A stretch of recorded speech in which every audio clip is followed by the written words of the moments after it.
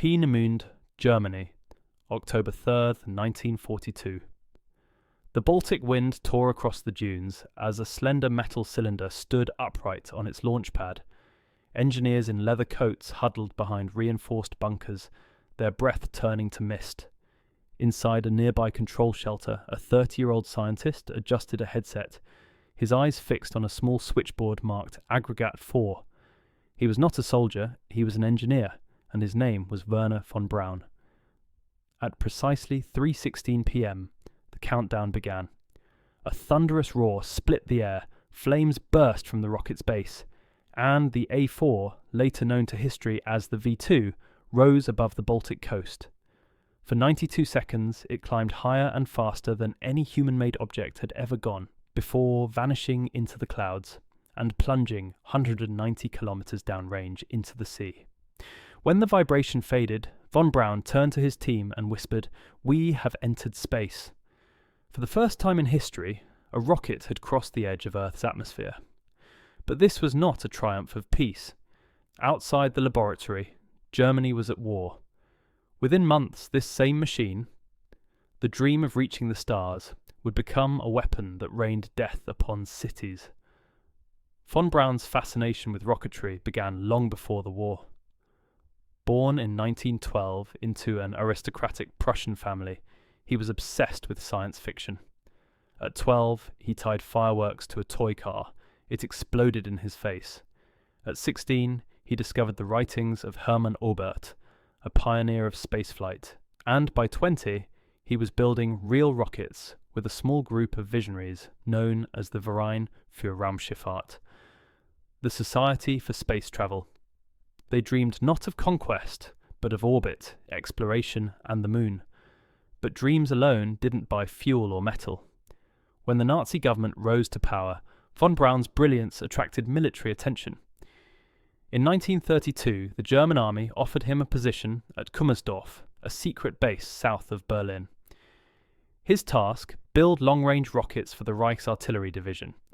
He accepted, not out of loyalty to ideology, but out of opportunity. For an ambitious engineer in a country strangled by politics, science under the army meant unlimited funding, advanced facilities, and the chance to make dreams real. By 1937, von Braun had moved to Peenemünde, a newly built testing site on the Baltic coast. Here, under the shadow of the swastika, the most advanced rocketry program in the world took shape. Dozens of scientists, thousands of workers, and millions of Reichsmarks poured into his project. The rocket they built, the Aggregate 4, was a masterpiece of engineering. 14 meters tall, powered by liquid oxygen and ethanol, capable of reaching 5,000 kilometers per hour. It was not a missile born of hate, but of mathematics. Yet, in Hitler's hands, it would soon become a weapon of terror. When war broke out in 1939, von Braun's laboratory transformed into a military production center. Research turned to urgency. Failures meant wasted money and suspicion. To the SS, science was not curiosity, it was obedience.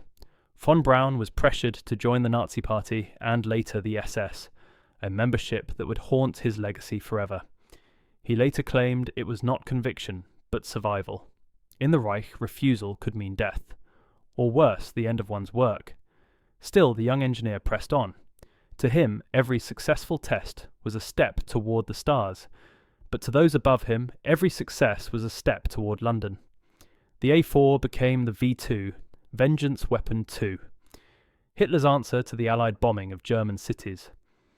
The dream of reaching the moon had become a nightmare of war. When the first V2s launched in anger in 1944, their targets were civilian.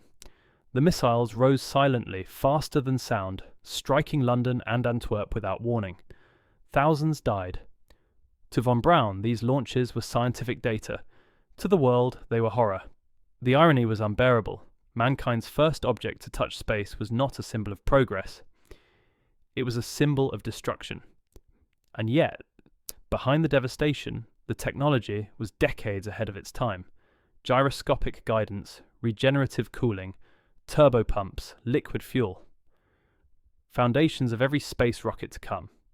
Von Braun had built not only a weapon, but the future of propulsion. Inside Peenemünde, he faced an impossible conflict between curiosity and conscience. "My work," he once said, "was devoted to the problem of spaceflight. The fact that my rockets worked perfectly and killed people is a matter for the warlords, not for me." It was a statement that would haunt him forever. As Allied bombers targeted Peenemünde in 1943, the program was moved underground to Mittelwerk, where slave labour from the Mittelbau-Dora concentration camp built V2s under unspeakable conditions. Thousands of prisoners died from exhaustion, starvation, or execution. Von Braun visited the site several times. What he saw remains disputed. Some say he turned a blind eye, others claim he protested. The truth lies in the shadows between ambition and survival. By 1945, the war was collapsing, and so was his dream. Germany's cities burned, and the engineers of Peenemünde knew the Soviets were coming. Von Braun faced a choice: surrender to Stalin or to America. He chose America. Before fleeing, his team gathered 100 crates of blueprints and technical documents. As the Red Army advanced, von Braun and his engineers drove west through the night toward the US lines.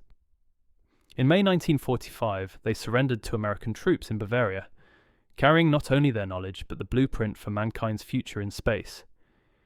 He had built rockets for Hitler.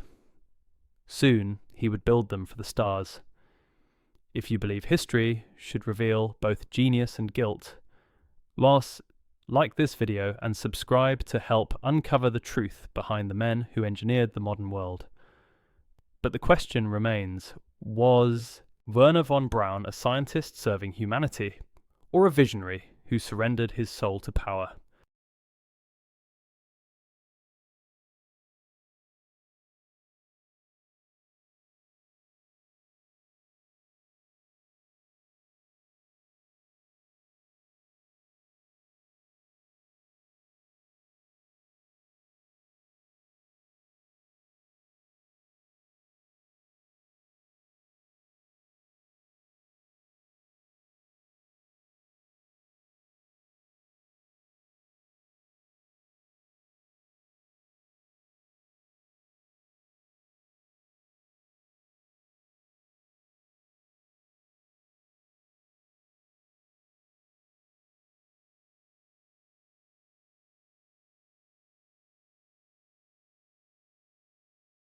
Bavaria, Germany, May 1945. The war was over, but for the scientists of Peenemünde, surrender was not defeat. It was survival.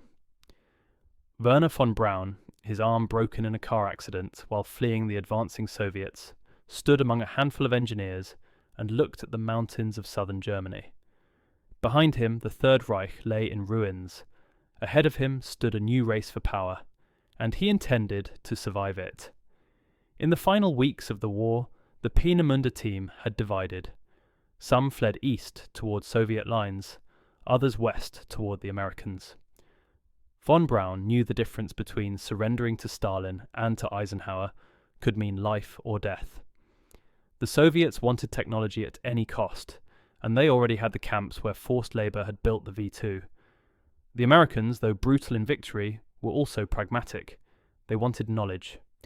As Allied troops closed in, von Braun gathered his top engineers and a convoy of trucks loaded with blueprints, rocket components, and scientific data. They drove through burning villages and collapsing bridges until they reached the American sector. There, near the town of Reuter in Austria, they waved a white flag made from a bedsheet. It marked the beginning of a new chapter, one of secrecy, survival, and reinvention. When US intelligence realized who had fallen into their hands, shock turned to opportunity. Within weeks, Operation Paperclip was born. A covert plan to extract German scientists, scrub their Nazi affiliations, and bring them to America. Von Braun, once a member of the SS, was suddenly rebranded as a technical expert. His record was quietly altered, his file stamped cleared for duty. The same hands that had built weapons for Hitler would now serve the United States. In September 1945, von Braun and more than 100 of his engineers arrived in America under military escort. Their destination, Fort Bliss, Texas, and later White Sands Proving Ground in New Mexico. There, in the desert, the same V-2 rockets that had terrorized Europe were reassembled and launched into the clear blue sky, this time under the stars and stripes. It was a strange irony. The same machines that had once symbolized vengeance now carried American insignia. For von Braun, the move was more than escape. It was rebirth. He learned English quickly, gave lectures to US officers, and adjusted to the life of a foreign engineer under tight control. Yet his ambitions had not changed. He still dreamed of rockets that could go beyond war, beyond Earth itself. "We wanted to explore the universe," he would later say. "The fact that we had to start with weapons was not our fault." In Washington, however, politics told another story. America's public wanted heroes, not ex-Nazis. The details of von Braun's past, his SS uniform, his visits to the Mittelwerk factory, were buried under layers of classified files. Newspapers called him the German scientist who built the V-2, but not the man whose weapons killed thousands. The moral ambiguity of his career was rewritten as progress. Meanwhile, the Soviets were not idle.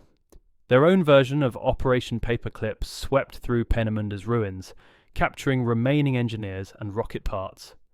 In 1946, a trainload of German specialists was taken to Moscow, where they laid the groundwork for what would become the R-7, the rocket that would later launch Sputnik. The Cold War had begun, and it was being fought by the same men who once built rockets for Hitler. In the New Mexico desert, the V-2 tests continued. For the first time, scientists could study the upper atmosphere and cosmic radiation directly.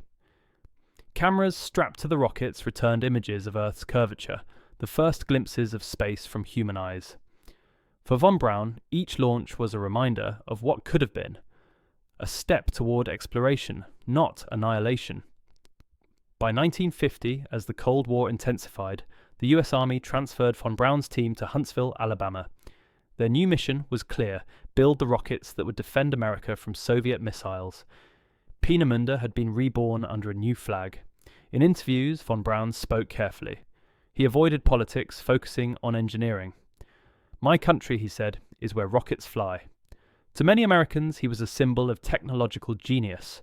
To others, a reminder that progress often arrives on the shoulders of compromise. He had escaped the ruins of a regime that used his genius for destruction, only to find himself serving another that would use it for domination. His rockets had crossed oceans, but his conscience had never landed. And so the question deepened: can science ever be innocent when it survives through war?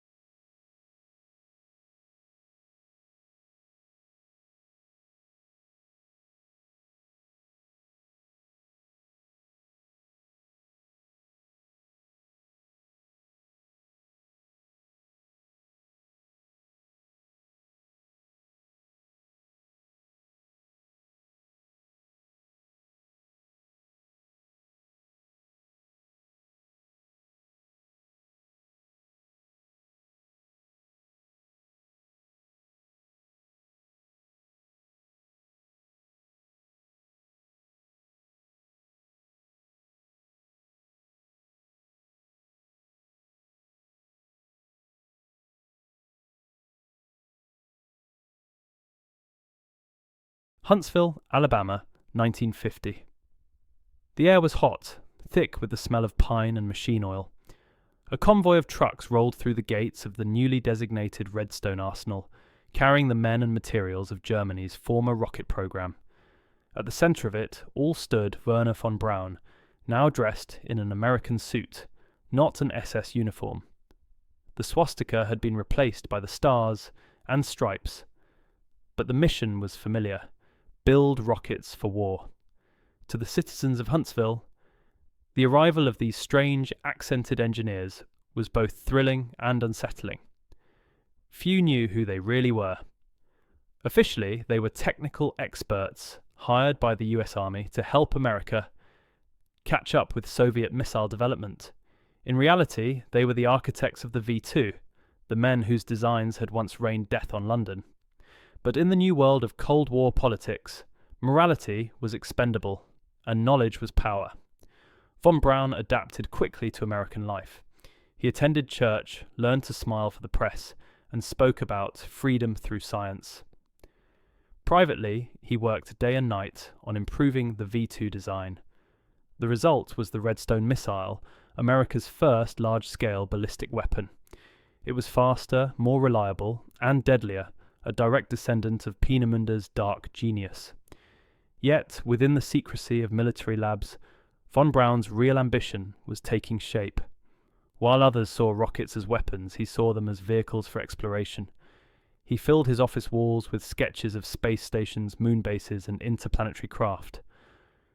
To his team, he spoke not of bombs, but of orbits. He still dreamed of the stars, but now his path to them ran through Washington's military budgets. In 1952, a new opportunity arose. The US government realized that public enthusiasm could fuel political funding. Von Braun began writing articles for Collier's magazine, outlining a bold vision of manned spaceflight.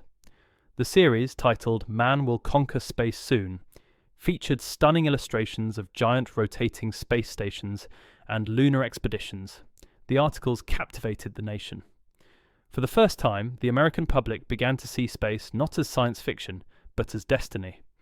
Hollywood took notice. In 1955, Walt Disney invited von Braun to appear in a television series called Tomorrowland. Millions of families saw him not as a former Nazi, but as a charming, visionary scientist explaining rockets to children. It was propaganda, but of a new kind, not for war, but for wonder. In the eyes of America, Wernher von Braun had been reborn as the engineer of the future. Behind the optimism, the arms race accelerated. The Soviet Union tested nuclear warheads, and Washington demanded bigger rockets with longer range.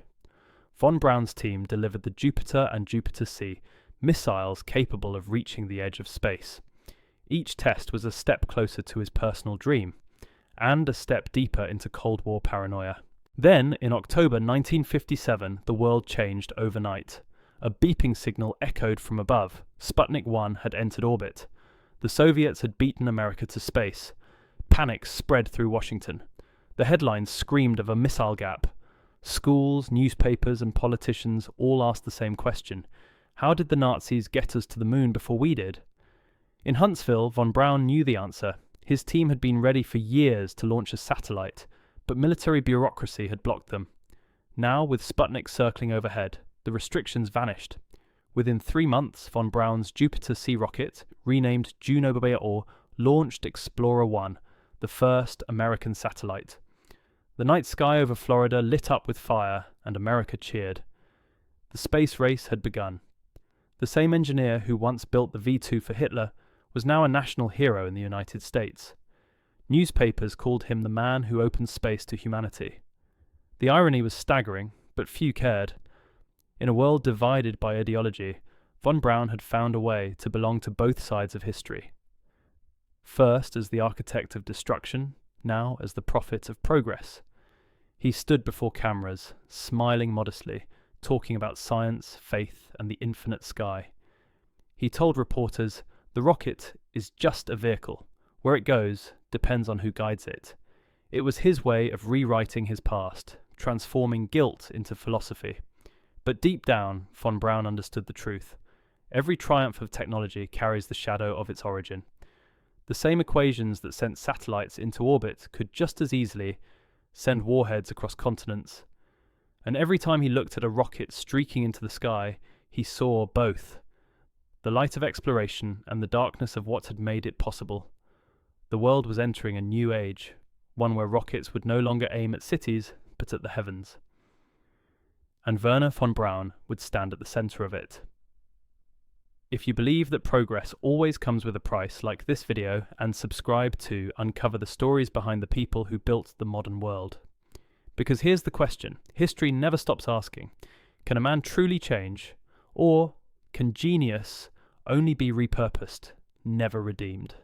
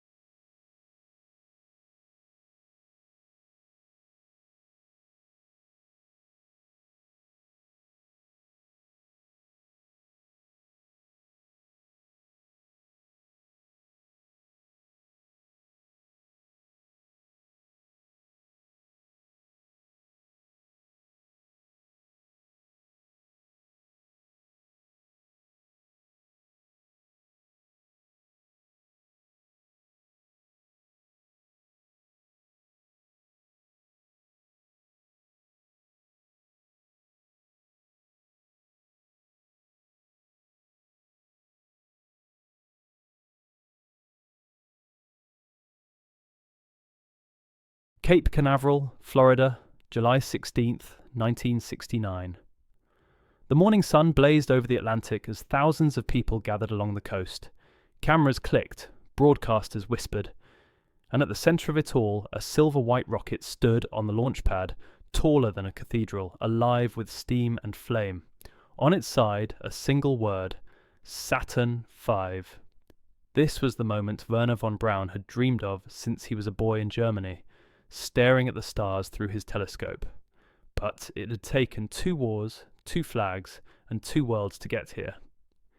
By 1958, after the launch of Explorer 1, the US government created NASA, merging civilian scientists with military engineers. Von Braun, now in his mid-40s, was appointed director of the Marshall Space Flight Center in Huntsville. His mission was no longer to build missiles, it was to build the machines that would carry humanity beyond Earth. The irony was not lost on him. The same man who once built Hitler's vengeance weapons was now building America's ships of discovery. Under von Braun's leadership, the Marshall Center became the beating heart of the American space program. His team developed the Redstone rockets that launched the first American astronauts, and later the massive Saturn series that would reach the moon. Each success silenced another critic, but not the ghosts of the past. In Congress and the press, questions resurfaced about his wartime record. How deeply had he been involved in the V2 atrocities? How many of his slaves had died in Mittelwerk while building his dreams? Von Braun's answers were always the same: calm, deliberate, evasive. "I deplore the suffering," he would say, "but my work was devoted to science, not politics." For many Americans, that was enough. For others, it was not. Yet, as the Cold War intensified, morality was a luxury the US could not afford. The Soviet Union had launched Yuri Gagarin into orbit in 1961, and President John F. Kennedy responded with a challenge that electrified the world. "We choose to go to the moon, not because it is easy, but because it is hard." That single line turned von Braun's lifelong dream into national policy. His Saturn rockets would be the instruments of that dream. The challenge was enormous. The rocket would have to be 363 feet tall, produce 7.5 million pounds of thrust, and carry men 240,000 miles to another world. Nothing like it had ever been built. But von Braun had spent decades preparing for this moment. In Huntsville, he worked day and night, commanding thousands of engineers with military precision. His leadership style was demanding but inspiring. He pushed his team relentlessly, sketching equations on napkins, reviewing blueprints until dawn. "We have to get it right," he told them, "because there's no second chance at the moon." The Saturn V became his masterpiece, an orchestra of fire, metal, and mathematics. When Apollo 11 launched on that July morning, von Braun watched. From the control room, silent, his hands clasped. As the countdown reached 0, the ground shook. The Saturn V rose in slow motion, trailing flame brighter than the sun. It was the culmination of everything he had ever worked for. The transformation of the V2's legacy of destruction into a symbol of unity and hope. 4 days later, when Neil Armstrong set foot on the lunar surface and said, "That's one small step for man, one giant leap for mankind," von Braun wept. The dream of Rebirth, of the early space pioneers, and of his own restless imagination had finally come true. But it was a bittersweet triumph. The moon landing proved that humanity could achieve the impossible, yet it could not erase the past that had made it possible. In the years that followed, von Braun became an icon, a scientist celebrity who toured universities, spoke on television, and met presidents. But the glory of Apollo faded quickly. Budgets were slashed, missions cancelled, and the public lost interest. The rockets that once symbolized destiny became relics. To von Braun, it was painful. The Apollo program was not the end, he said. It was the beginning. But America had moved on. Even as he received awards and honours, critics continued to question his legacy. Historians uncovered more about the horrors of Mittelwerk, the slave labour, the executions, the suffering. The world saw the darker side of his genius, the cost of his ambition. He rarely defended himself.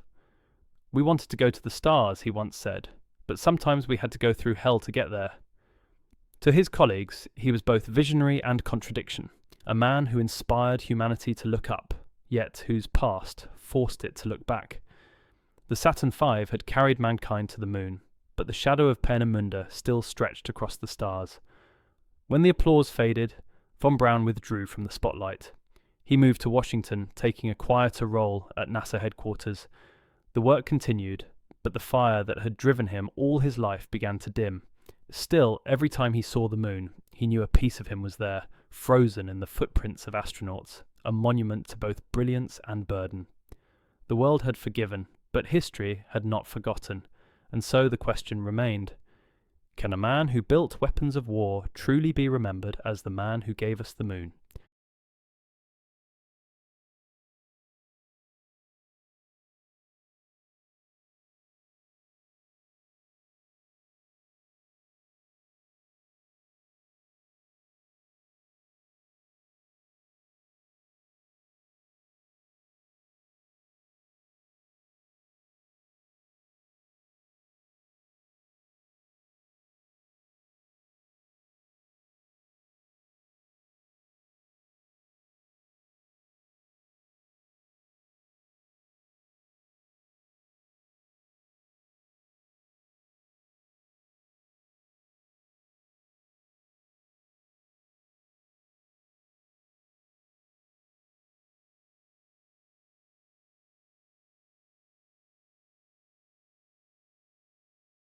Alexandria, Virginia, June 16th, 1977.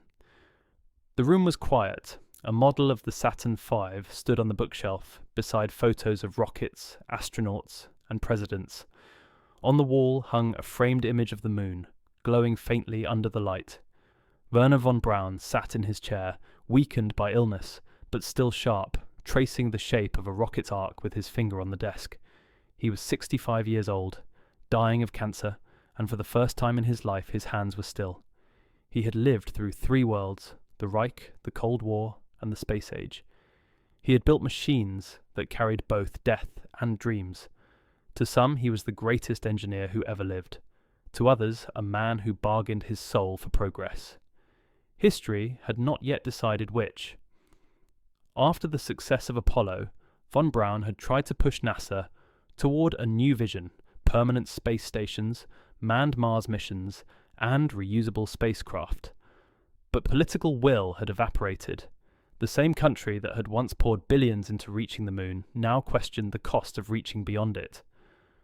When funding for the Saturn program ended, so too did the era of limitless ambition. In 1972, disillusioned and frustrated, von Braun resigned from NASA. He joined Fairchild Industries as a vice president, but his influence was waning. The world he had built was moving on without him.